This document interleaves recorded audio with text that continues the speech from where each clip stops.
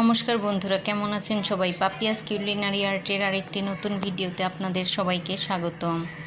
আজকে আমি বানাবো, আসলে বাসায় যখন মাছ মাংস কিছু থাকবে না তখন ঝটপট এভাবে বানিয়ে নিতে পারেন ওয়ান পট এগ পোলাও। আর আজকে আমি সেটাই বানাচ্ছি। এজন্য খুব কম উপকরণ লাগবে এবং খেতেও দারুণ সুস্বাদু এই রান্নাটা। প্রথমে আমি ডিমগুলো সিদ্ধ করে নিয়েছি, এবার নুন হলুদ দিয়ে মেখে ভেজে নিচ্ছি। ডিমগুলো আমি প্রথমে খুব একটা ভাজবো না, হালকা করে আমি ভেজে তুলে নিচ্ছি। আসলে অনেক সময় মাছ মাংস থাকলেও রান্না করতে ইচ্ছে করে না, তখন মনে হয় ঝটপট কিছু রান্না করে ফেলি। আর ঠিক সেই সময় আপনারা এভাবে রান্না করে নিতে পারেন। এবার আমি দিয়ে দিলাম তেল, আর দিয়ে দিলাম তেজপাতা আর এলাচ।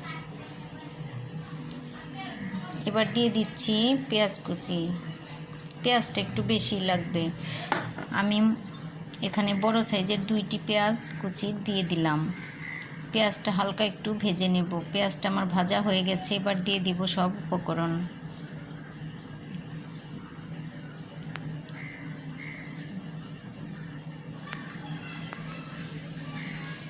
এবার একটু জল দিয়ে দিলাম, আর দিয়ে দিব এবার সব মশলাগুলো। আমি দিয়ে দিলাম জিরে বাটা, আদা বাটা, রসুন বাটা,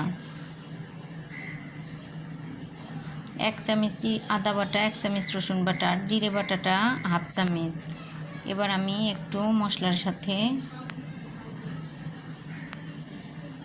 সব কিছু কষিয়ে নিব। এবার দিয়ে দিচ্ছি ধনিয়ার গুঁড়ো, হলুদ গুঁড়ো আর মরিচ গুঁড়ো, লাল মরিচের গুঁড়ো। সব মশলা খুব সুন্দর মতো কষিয়ে নিতে হবে।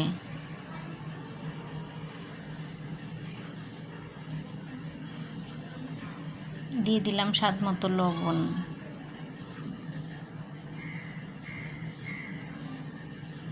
আসলে মাঝে মধ্যে তো এরকম হয় যে আজকে রান্না করতে মন চাইছে না, তখন খুব সিম্পলভাবে এভাবে আপনারা রান্না করে নিতে পারেন।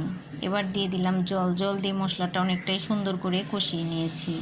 আর জল দিয়ে কষিয়ে নেওয়ার পর মশলা থেকে তেলও বেরিয়েছে। এবার ঝোলটা দিয়ে দিব।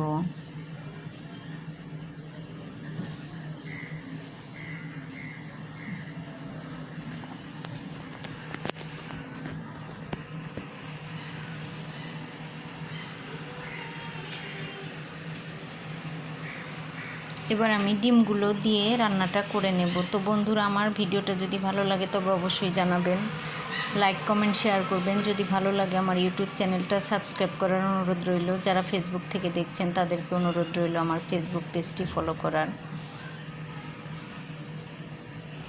এবার ঝোল আর ডিমগুলোও তো এসে গেছে, আমি ঝোলটা একটু শুকিয়ে নিব। আর এবার আমি দিয়ে দিলাম গরম মশলা বাটা। আমি চেষ্টা করি প্রতিদিনই আপনাদের সাথে নতুন নতুন তবে খুবই সাধারণভাবে রান্নাগুলো দেখানোর, ঘরে থাকা সব উপকরণ দিয়ে রান্নাগুলো দেখানোর।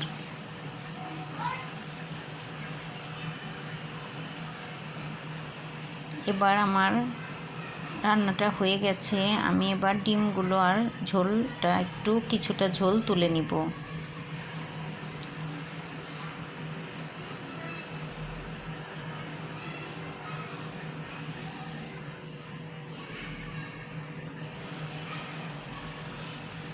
এবার আমি এর মধ্যে দিয়ে দিচ্ছি পোলাওয়ের চাউল, আর চাউলটা আমি খুব সুন্দর করে ভেজে নেব।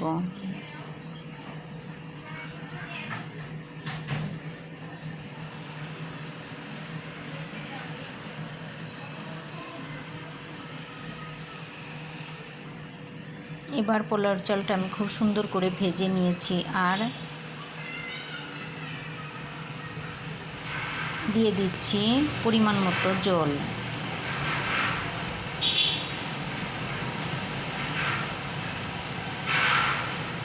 আসলে পোলাওর চালটা ভাজা যদি ঠিক মতো হয় ঝরঝরে পোলাও হয়।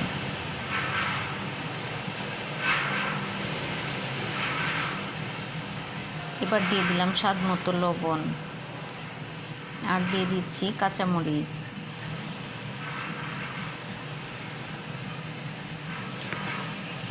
আর দিয়ে দিলাম গরম মশলা বাটা।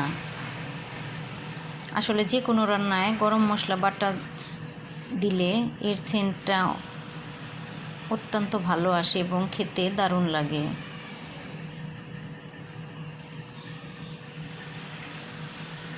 এবার পোলাওটা আমার উতলে এসে গেছে। আমি একটু ঢাকনা দিয়ে জলটা মোটামুটি শুকিয়ে নিয়েছি।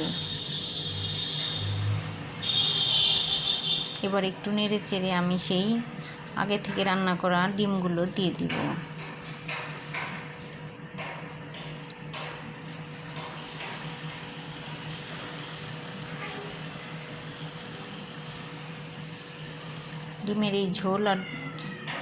ডিমের এই ঝোলগুলো পোলাওর সাথে সব জায়গায় একটু ছড়িয়ে দিতে হবে, আর উপরে ডিমগুলো রাখতে হবে, তা নাহলে ডিমগুলো ভেঙে যাবে। এভাবে করে সব ঝোল আমি বিভিন্ন জায়গায় ছড়িয়ে দিয়ে ডিমগুলো উপরে দিয়ে আরও 10 মিনিটের জন্য তাওয়ায় বসিয়ে রাখব। এবার আমি একটু উল্টিয়ে দিব, নেড়ে চেড়ে দিব।